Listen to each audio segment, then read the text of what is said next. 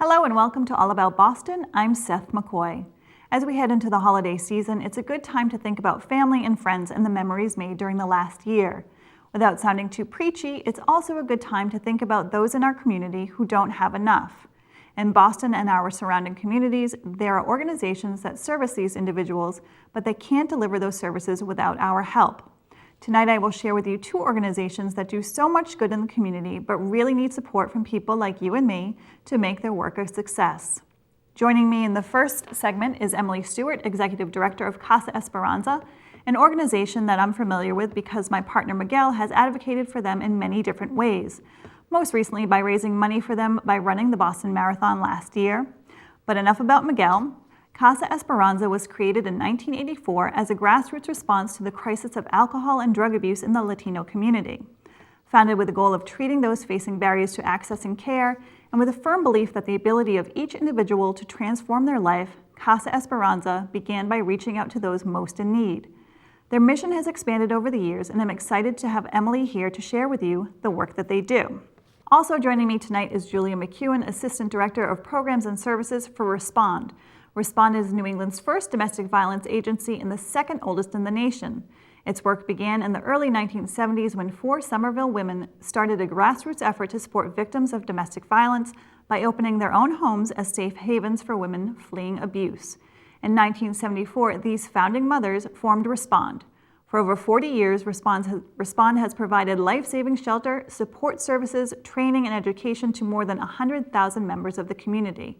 Services are free and confidential and available to all survivors of domestic abuse. Please stay tuned for a great show.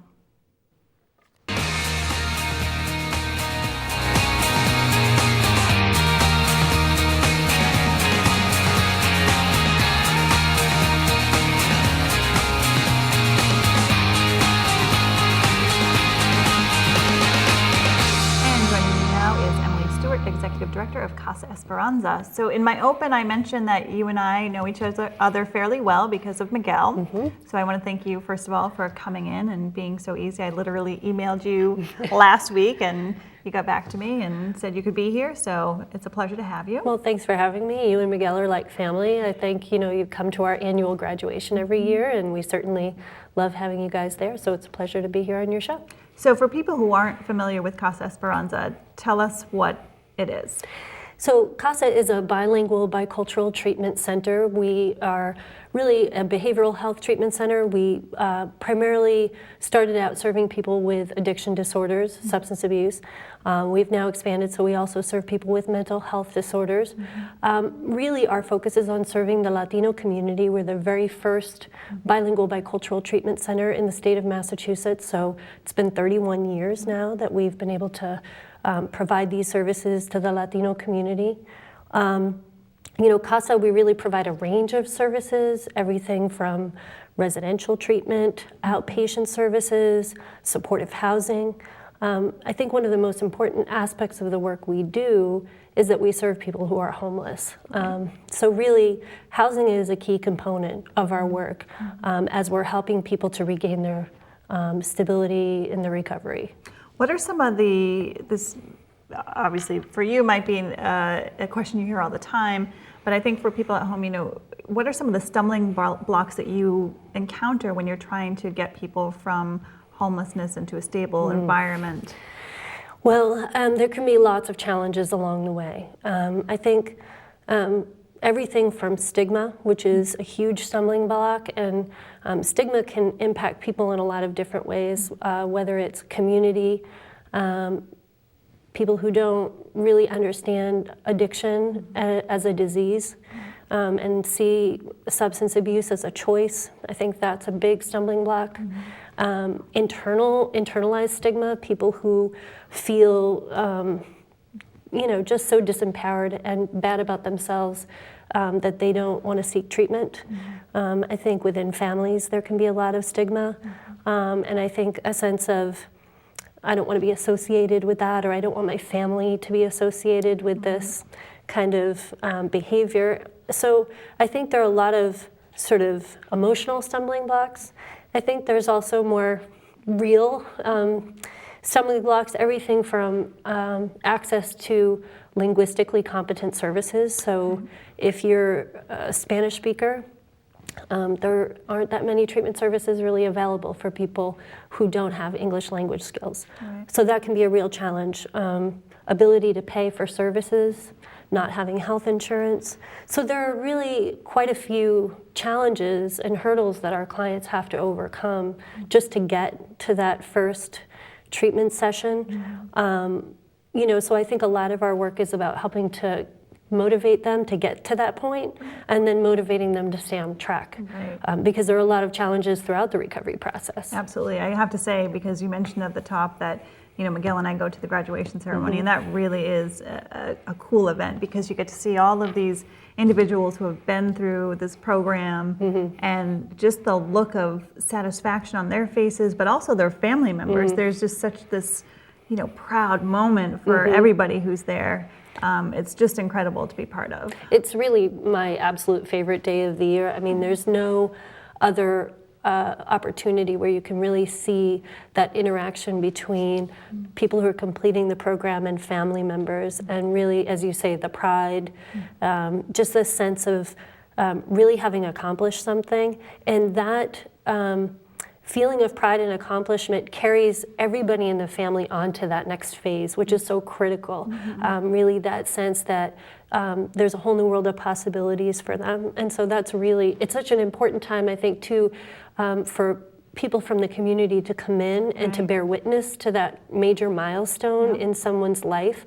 It really helps give them a feeling of success, and that, you know, they have the backing of their community and the support.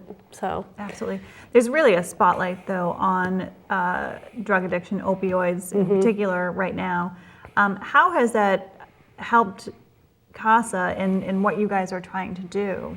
Well, I think there's no doubt that the overdose crisis has brought a lot of attention to the issue. And I think, you know, there are two sides to the coin, right? I mean, certainly we're very glad that I think it's bringing a new focus to the need for support for people with addiction.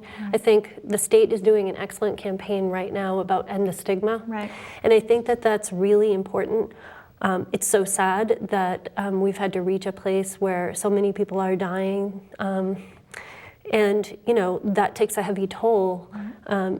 Even on our clients who are successful in our programs, they've lost so many loved ones, so many friends. So it's a painful experience for all of us as a community. And I think, you know, the upside is I think there's a lot of folks who are coming together and who are being galvanized around this really important issue, finding new ways to prevent overdose deaths, finding new ways to help people get access to care. So there's a lot of positives, but there's still a lot of sadness. And I think until we really turn things around and we see the number of deaths coming down, I think we just have to keep fighting and keep working. Yeah, it's such a crazy battle. I mean, you know, it's almost one of those things, where do you begin? You know, but you certainly have to start somewhere. And I think, you know, you alluded to the fact that the state has their campaign right now, and obviously the governor is doing some work on this issue, the mayor is doing work on the issue, attorney general. So we have a lot of people looking at it, and hopefully there'll be some progress. I think there's been a lot of great leadership on the issue. I also have to say the state legislature, they've really been sort of leading the charge for a very long time. And I think before, you know, there was this level of attention that's been brought to the overdose death crisis by the current administration. I think the legislature was really leading the charge on this issue, and we're so lucky to have so many great legislators, and of course our mayor, who was one of the many legislators who is at the forefront of this issue. Well, I think it's helpful to have him in the role now as well, because he's part of the recovery community.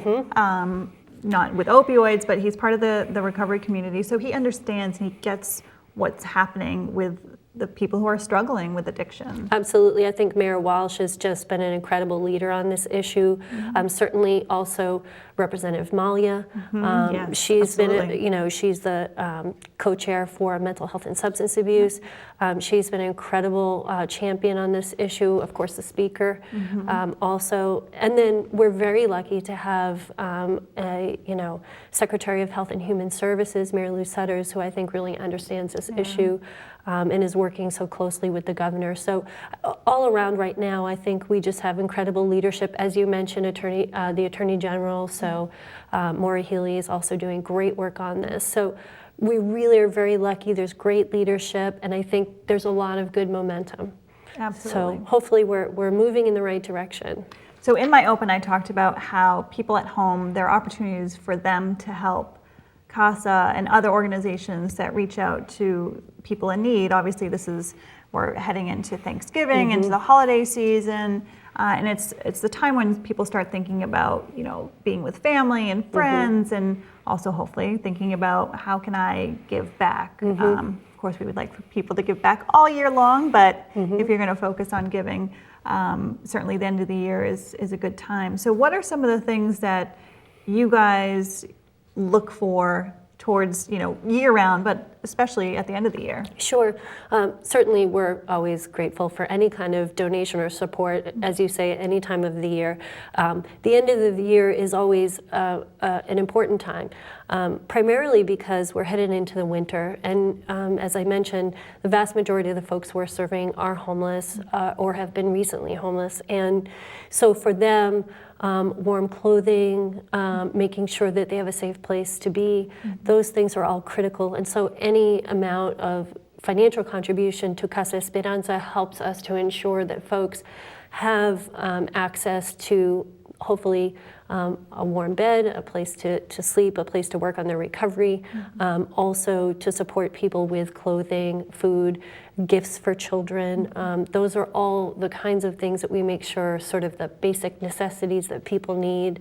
I think the other, and of course it's coming up to the year end, as we said, so of course it's always a great time to get your charitable donations in before the end of the tax year. We are a 501c3, so we're a nonprofit.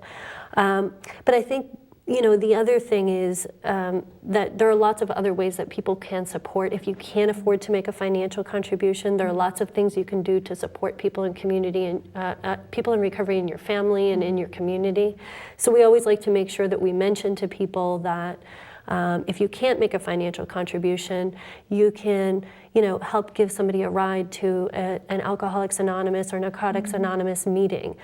You can volunteer your time by, just supporting somebody who needs an ear at the holidays, someone who maybe doesn't drink and is surrounded by, the holidays are celebrations are filled with drinking, and of course for folks in recovery, it can be a difficult time of year. So just being able to provide that bit of support or providing a festive atmosphere that doesn't focus on drinking is also important. And I think what you just said was important. I think that, the holidays are a tough time for everybody.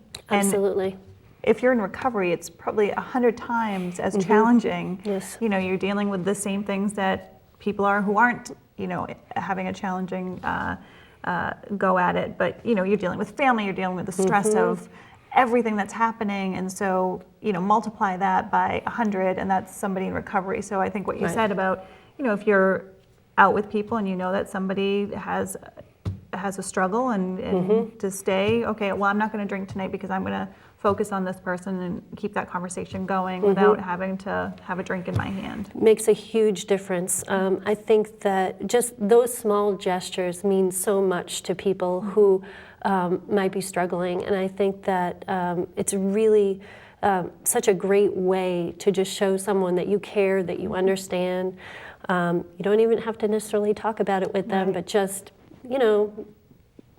offering to, say, no thanks, I'm not going to have a drink tonight, I'm all set, makes that other person feel a little bit more comfortable about saying no thank you to a drink. Right. So.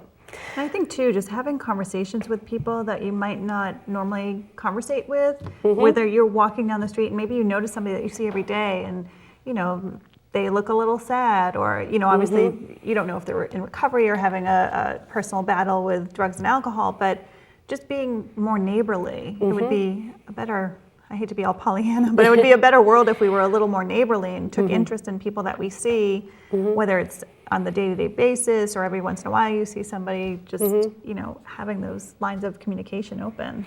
Well, you know, it's funny you should say that because, and I don't think it's Pollyanna at all.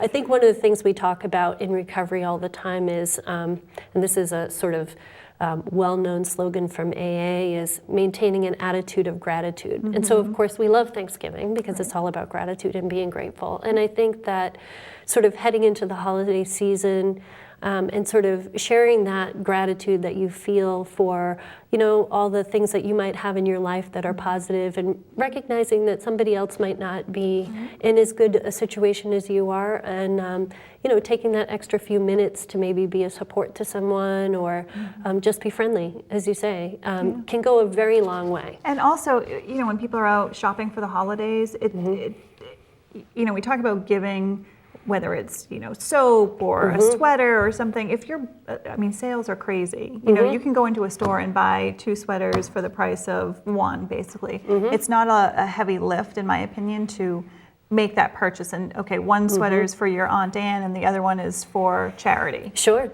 And so folks who want to make that kind of donation, certainly those kinds of things are very welcome to Casa. And as I say, you know, we do have a wish list, and if you go to our website at casaesperanza.org, and I know they're going to put it up, so I won't spell it. But if you go to the website, there is a Donate Now button right there, but there's also access to our wish list. So you could go on Amazon and you can donate a pair of socks, which, you know, seems like a very small thing, but to someone who has recently been homeless, who maybe arrived at Casa with just what they were wearing, you know, a pair of socks is a big deal. Yeah, and again, just from being at the graduation, I can attest to the gratitude that everybody who participates in the program feels. I mean, like, you know, people are tearing up during that ceremony because it's so moving, and you know, the people who have gone through the program. All I can think of is the gentleman who became a runner. So in the Run for Recovery, I can't remember his name, though I'm sure you do. He was just, you know, to see him, first of all, he went to the event that Miguel did for his fundraiser. That's right. He spoke there. Well, and Miguel came out and ran with our team, which was so exciting. You know, we have a team of runners through a great organization, also Back on My Feet, which helps folks who are homeless sort of gain their recovery through running, which is a great way of feeling empowered, I think, for folks who have felt very disempowered. And they've been able to start a running team, and Casa had a very successful team this year, and Miguel came out and ran with them, which was really exciting, but so much pride. I mean, he won several 5Ks, and it was a great experience, and I think something where, you know, we just feel, you know, very lucky to work with folks who I think our clients do express a lot of gratitude. I think that they're very grateful for the opportunity. I think so many of them have had the unfortunate experience that for whatever reason they felt like they didn't belong, or they didn't have, in very real terms, didn't experience a lot of opportunity in their lives. So I think for them, this chance to try something new, to prove themselves, to show that they're capable, is really something that they truly appreciate, and I think that they demonstrate that gratitude by trying to reach back and do positive things in the community too. And I think one thing our clients do every year is a bunch of different activities in the neighborhood to help clean up. We have a couple of neighbors who are elderly, and they're always going over and shoveling them out and helping them out. So I think there's a lot of effort to try to give back, and we try to encourage that as much as possible. So. And it doesn't seem like that's a struggle for you guys to encourage them to do it. I mean, there's, again, I can't stress enough the gratitude that you can just see on their faces, and as you mentioned, the support that they feel from everybody who's there, you know, not just at that event, but through their whole process, that you can really tell that, you know, they can't believe that somebody finally is helping me the way that I needed to be helped. And it's Right. not just one person, but it's really a whole organization. I think it's really about feeling included. Right. And that's really what it comes down to, is I think so many of our clients have felt excluded for a very long time.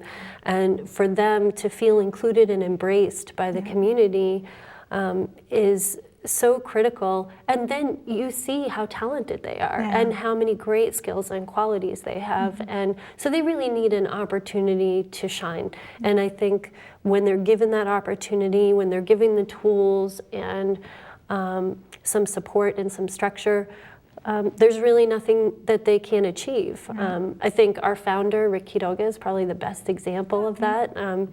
You know, Rick is a person on long-term recovery and also somebody who, you know, transformed the lives of literally thousands of people with his work. So he's sort of the primary example of, you know, what folks in recovery can really achieve. Talk a little bit more about him and how he decided to open this organization. As I say, Rick is a person in long-term recovery, and he started out, Rick had many years of struggle as an active substance abuser. And, you know, after, I can't even really tell the story as well as he does, but he would tell you that he was in and out of, I think, every program in the state of Massachusetts. But then eventually it stuck. And he was lucky enough that he completed the program at the Hope House, actually, and which is where we got our name. So Rick completed the program there, became a counselor. He went on after he was a counselor for quite a few years at Hope House. He went and he worked at La Alianza Hispana, and he started an outpatient program there for the Latino community, and from there went on to create Casa Esperanza. But his vision was that he would create a recovery home very similar to the Hope House, built on the same model, that really focused on the needs of the Latino community. And I think An underserved population. absolutely, and really recognizing that, you know, community does begin with recovery. I mean, recovery begins with community, excuse me. I know what you meant. and so I think without a community of support where you really can identify and you can really share your experiences and have a sense that other people really know where you're coming from, it's very difficult to recover. And so I think that was a vision he had for Casa. It's very much what we're still trying to achieve, and I think we have a long way to go before I think we're really serving the number of people who need our help and support. And so certainly we just continue to try to grow our programs and meet that need. Which is why it's important for people to, if they can, to support the organization. And I think what you said, you know, about the struggle. So it's not, you know, somebody doesn't go into recovery and then they're miraculously cured. It can take a long time. And I think that's the message that needs to get out to the public, is that there might be somebody who goes into recovery and they'll come out and they're going to trip and fall, and then they're going to get back up and go back in. And they might do that 3, 4, 5 times, but eventually it will stick. And That's so right. keeping with people and not giving up on those individuals, I think, is really important. Absolutely. I think you hit the nail on the head. I mean, recovery is a lifelong process. I'm a person in long-term recovery myself, so I can tell you that it's a work in progress every day. But I will also say that it's, I think, something that folks need support throughout their lives, in a sense that, you know, you can always have that touchstone. And I think as people go along in their recovery, they find other ways of getting that support. But in the beginning, I would say certainly in the first 3, 4, 5 years that somebody is in recovery, you need a lot of intensive help. And it's so critical that folks get that support and the understanding that it's a chronic condition and that relapse is part of the process. It's not that you're a failure. It's not that you don't have any willpower. It's the nature of the condition. And so we have to find as many ways as we can to meet people where they are in their process, to support them, and then give them the tools so that they can live a life of recovery. Not just recovery is not treatment. Treatment is the beginning of the process, or it can be for many people, but it's not recovery. Recovery is your whole life. Absolutely. Every day, it's, you know, as they say, it's one day at a time. Yes. So, Yep. absolutely. Well, I want to thank you so much for being here tonight. I think it's important to get out what Casa Esperanza is all about. Again, it's the end of the year, so of course we're encouraging people at home, if they're able to, that you can donate, whether it's money, whether it's time, whether it's clothing. There are many opportunities to get involved. You can also volunteer at the organization, and I know that Emily and her staff would welcome you with open arms. So again, thank you so much. Thank you, Seth. I really appreciate the chance to come on the show, and thanks to everybody. And we appreciate any support you can offer. So thank you. You're welcome. And we will be right back. Stay tuned. I didn't want my son to see me being beaten every day. I want my son to have a different life, to be respected of others, and to respect women, and be able to have a life that he deserves as a child. Run to a shelter, run to a friend. Run for my life before it comes to an end. Run to a shelter, run to a friend.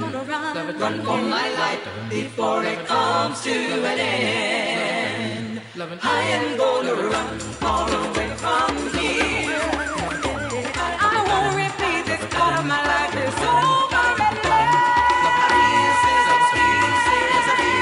excuse me. I don't have to live this way I'm living here today. I don't have to suffer anymore. I'm walking right out of that door. Domestic abuse is something that enough people don't appreciate or understand. When the person has power and control over the other one. Physical or emotional abuse. Obsessive or abusive control of people. Financial abuse. Sexual abuse. Physical abuse. Verbal abuse. Not allowing someone to make their own decisions. It's very cultural. It's about power and control. We know it's not right, but some women, that's all they know, that's all there is to it. Certainly everyone thinks about the batterer or the husband that beats his wife. But that's just one aspect of a much, much bigger problem. Where do I go? How do I get there? How do I support myself? How do I support my children? It's really scary to think starting a different life, especially when you think you can't do it on your own. You're not good enough. They have been abused for so long that they lost this idea of self, who I am, what I'm doing, where I'm going, what I want from life. You never know when that batterer is going to show up at your grocery store, at your dentist, your children's school. Domestic violence, I never thought that it affects more than just the person that's being violated. Children can't attend to and start learning if they're so all consumed with these very adult situations. That also has devastating consequences in terms of their long-term social emotional development. The kids are put in a situation that they didn't ask for. How painful it is to be in the middle. These kids try to defend their mothers. When you don't have the voice, when you are little. A husband actually shot and killed his ex-wife in front of their daughter. My sister was murdered by her boyfriend. Literally had seconds to get her out of that house. The risk was so great that she actually had to be relocated out of state. If we were aware of it, it wouldn't have happened. From that point on, I've always become involved with organizations like this. It's just something that I feel we need to do. Respond provides the advocacy, provides the helping hand, leads the survivor through the legal process. Our founders were very, very committed to making sure that Respond would shelter families with teenage boys. Do I leave my son behind versus going into the safety of shelter? That seems like a decision that no one should ever have to make. What I do is just to be there for them, to make them remember the person they were before this relationship, and try to make goals for life because they don't have anymore. I have 2 cards on my desk. When I have a victim, I hand them my card, and the second card I hand them is Respond. The next thing I say to them is, when you have questions, or you need a safety plan, or you need some support, you need locks changed, you need financial support, you need food on the table, go to Respond. They're the agency that's going to assist you in it. Hello, how can I help you? are you looking to come into shelter? It's an incredibly respectful environment. We can serve someone fully who is in a wheelchair. There's a kitchen where women can actually do their own cooking. In many shelters, it's much more regimented about you eat at this time and you're only allowed in the kitchen at this time. We can have 3 families of 5 in the shelter at one time. Each family will share a room. There's usually 2 sets of bunk beds. When women tuck their children in at night, they know where they are. The quilts are for children. The children can feel safe and the mothers can feel safe. The favorite room that the kids like in the shelter is the playroom. That's a room where we go and have fun. That's a room where we go and try to learn. Little girls love to play in the housekeeping area. Their pretend play actually move them from that reality that they live. When you walk in, you can really feel this cycle of violence is going to get broken. Donate your time, your talent, or your treasure. And we welcome people to participate in a way that feels comfortable and unique to them. Because of the work that we do, we are ensuring that future generations will know about domestic violence, be more educated about it, and hopefully we'll be able to eradicate it and put ourselves out of a job. Respond saved my life and my kid.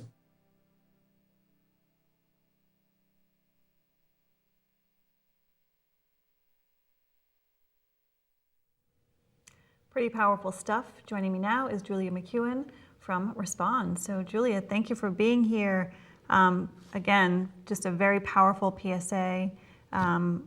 So I know that that's newly produced, but before we get to talking about a little bit more about the PSA and facts about domestic violence, tell everybody what Respond is. Well, Respond is an organization that works to end the public health issue of domestic abuse through intervention, education, and prevention. So why is the mission important? I mean, obviously, the organization's been around since the 70s, which is pretty impressive, the story of how it came to be. But why is the mission so important? The mission is important because this is a gigantic public health issue. The cost in wages lost and medical bills alone is something that should be on the forefront of everyone's mind in terms of an economic situation, and because people are still being hurt. You know, that's a good point. People are still being hurt. Domestic violence has the response around it has evolved over the years. I think back in the 70s there was sort of, you know, people turned a blind eye, and I think to a certain extent that still happens today, but we've gotten more aware about the situation, and how does that benefit Respond? Well, we get several calls every day to our hotline of people calling and asking how they can help, what they can do with a friend. The awareness really works in the benefit of anyone who's going through abuse and who's going through domestic abuse, and so the awareness, getting them connected to the hotline, getting them connected to our services is where that connection comes in. And that's the biggest battle, is getting people connected to services, because a lot of times in these situations, they are, you know, broken to the point where they don't know where to go, or they're afraid to go get help. So how do you combat that? Well, one way that we combat that is through our education and prevention services and trying to get our name out there as much as possible, getting into schools, getting into communities, into police stations, and really getting our name and our hotline number out there. Our hotline is available to anyone asking questions, and particularly survivors of domestic abuse, 24 hours a day, 7 days a week, 365 days a year. It is always staffed by a live human being, which is not always the case, unfortunately, for some hotlines, but for ours, we always have a live human being there, ready to answer questions, ready to help people in a crisis, ready to plan for safety and help keep people safe. Are those trained staff? Are they volunteers? They're trained staff and volunteers, yes. Oh, so it's both. So, yes. You know, as we were talking about before we came on online, we were talking about how the show is really about, it's the end of the year and ways that people can give back. So the whole theme of the show is ways for people to give back. So obviously, if people are interested in volunteering, is there a process that they have to go through in order to get trained to work on the hotline? So all of that information is available on our website, which is respondinc.org. And as you saw in the PSA, we are asking that people donate their time, their treasure, or their talent. In particular, one thing that's always very, very helpful to our organization, because it's helpful to survivors, is actually gift cards. A lot of times people think, can I donate a bunch of clothes? Can I donate a bunch of toys? Which of course are always helpful as well. But particularly gift cards, because it really helps us provide survivors with something that's empowering, because then they're going out and making their own choices about what to buy. That's a good point, because obviously in a domestic abuse situation, they're not always able to make those choices for themselves, whether it's how to spend their money, or what clothes to wear, or what movie to go see. What you're saying is, giving them a gift card really empowers them to go out and say, well, I'd like this shirt, and I don't have to listen to somebody telling me that I can't wear it, or it doesn't look good on me, or whatever the case may be. That's exactly right. Yeah, so that's pretty amazing.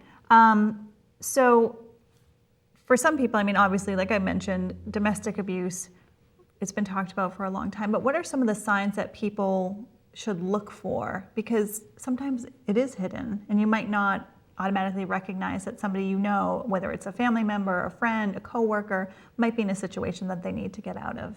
So one of the signs that is one of the things that I look for a lot when I'm listening to people's stories is isolation. It's not always going to come in the form of seeing a bruise. The reason why we use the term domestic abuse rather than domestic violence is because domestic abuse really covers the entire spectrum of what might be happening. It's not always a physical hit or punch or slap. Often it's financial control or just general control in the relationship at large. And one of the ways that happens is through isolation, pulling people away from their friends, pulling people away from their family, little by little over time. And so when you think about, that friend that isn't around as much anymore because they're with their girlfriend all the time, or their girlfriend really doesn't like our group of friends, or their boyfriend doesn't really like our group of friends, and thinking about that isolation. Another place where a lot of detection can come out is actually in the workplace, precisely because it is a little bit more tricky to isolate someone from their workplace. So often it's coworkers who are recognizing the signs and symptoms and who are hearing people disclose. And so if you have somebody who needs the services of Respond, what are the steps to get them from a bad situation into a shelter? Well, one of the first steps is referring them to our hotline. The number is 617-623-5900, and again, it's staffed 24 hours a day by a live person. And that person who answers the phone will always be able to help somebody plan for safety, which is often a huge first step. We know that one of the most dangerous times for people in a domestic abuse situation is when they are leaving the situation. And so talking to somebody about what steps to take to do that in the worst case scenario, if things were to go down in a dangerous way, what to do and what would happen, talking to a trained person who can help you through that is a huge step forward. Right. Well, it's very scary for somebody who's in that situation to think about, especially if they have children, all the steps that they need to take in order to get from that situation into a better situation. What are some of the things that you can encourage people who might be in that situation to really to basically encourage them to get out of it when they're thinking about, okay, we're heading into the holidays, my life is tied with this person, whether it's a man or a woman, you mentioned earlier, and I think that's an important thing to say, is that domestic violence or domestic abuse doesn't always happen from a man to a woman. It can be a woman to a man. It could obviously be same sex. So there are many different ways that domestic abuse can be present in a relationship. Absolutely. And one of the things that sets Respond apart from some other organizations is that we are an all-inclusive organization, which means that we serve survivors and victims of domestic abuse no matter their religion, their race, their age, their gender, their sexual orientation, their culture, etc. But I would actually put the question back on you, and if you were in a situation that you felt not great about or that you knew was not healthy, would you want somebody telling you, oh, you really got to go, let's go right now, you have to go, you have to do this? Right. It's almost like you have to come to your own realization. Before you came on, we had Emily Stewart on from Casa Esperanza, which is a recovery home. Same sort of thing. When you're in recovery, you kind of almost have to be, or before you're in recovery, you have to get to the point where you're ready to take that step Exactly. to get into recovery. So unfortunately, sometimes that is the case with the domestic abuse, is that you have to get to that realization point yourself in order to get out of it. And certainly there are people around you who can help you and try to get you to that place, but unless you're fully prepared to make that step. That's exactly right. And one of the things that's very difficult is feeling fully prepared and feeling like I need to have all of my ducks in a row in order to do that, especially when there's children involved. And so one of the other things to keep in mind is that someone who's in an abusive relationship does not have a lot of space to make their own decisions, and that's part of the power and control that they're experiencing. And so having yet another person come in and say, you have to do this, you have to do this, instead empowering them with the hotline number, with resources, with, hey, have you heard about Respond? We've had several calls to the hotline where people say, I'm not really sure why I'm calling. My doctor thought I should call, or my friend suggested, or my other friend gave me this number, or my mom was talking to me about this. I'm not really sure why I'm calling. Sometimes those people call several times, and each time they get a little bit more prepared to make change in their lives. Which is actually a great step, because if you have somebody who's making those calls, but under the guise of, I'm not really sure why I'm calling, you know, I think deep down they know why they're calling. They're just not comfortable enough saying that I'm in this situation that is really bad and I need to get out of it. And I know you can help me, but I'm nervous about this over here. So until I get more comfortable, which explains why they call again and again until they're ready. So we saw in the PSA that there's a room for families up to, is it 3 families up to 5 people? Yes, we have room. We have 8 rooms, and so each room is a different size. But yeah, we have room for 3 families up to 5. So absolutely. how does that work? Let's say, you know, how long can the family stay there? Typically, families stay around 12 to 16 weeks, sometimes longer, depending on the situation, and sometimes less time depending on the situation. And so it depends on each individual's family's needs and where they're going next and how they get there. And so when we have a space open, a new family comes in, we assess what they need, and we help get those needs met. So what are some of the things that you assess? Do you go through, you know, for example, there might be situations where there needs to be a police report filed, and then the court system.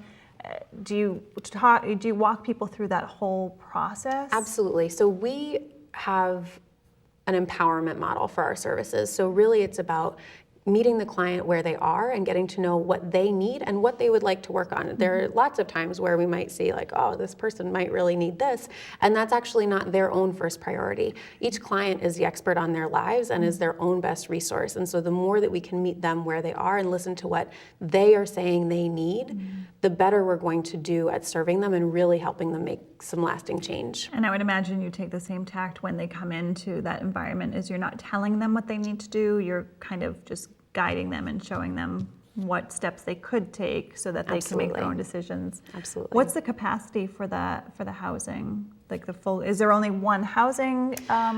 Right now, yes, we only have one house available, and we have 8 rooms in it. So it is a limited amount. The number of times that we are having to say, unfortunately, we don't have space at this time, greatly outweighs the number of times that we're able to say, yes, come on in. That must be so difficult. What do you do in those situations?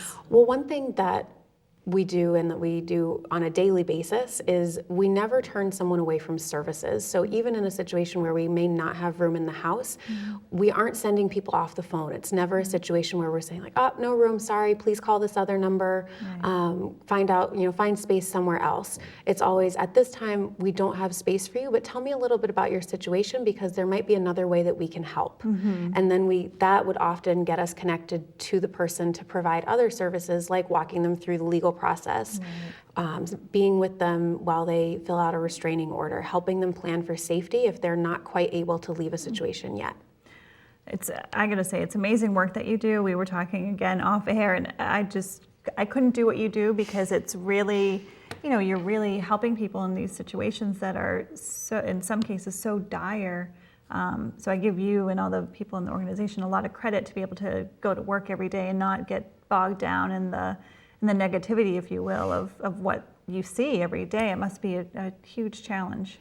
It is a challenge, but we have an amazing team at Respond, and I think that one of the things that helps people through the muck of being faced with some very difficult situations is knowing that they have a very strong team around them and supporting them. So with each difficult story, we're sharing that with our team members and really getting that support. And there's also a lot of hope involved, and being connected to people changing their lives is an incredible, incredible thing to do. Yeah, I was going to say, on the flip side, you must have some really great stories that you can point to and say, you know, I helped this person.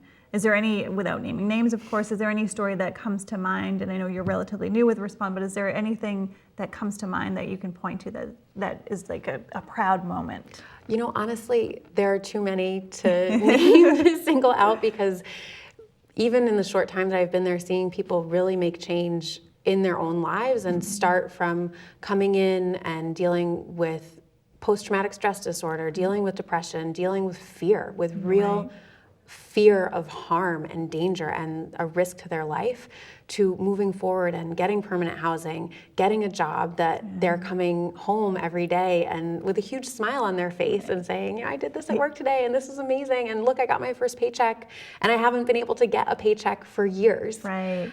Those sorts of things happen on an almost daily basis with our clients, as well as hearing the tough stuff. Right, and it really must be amazing though to see those moments where people, you know, you see them at their worst, and then as time goes on, you see them just get stronger and stronger and be their best person.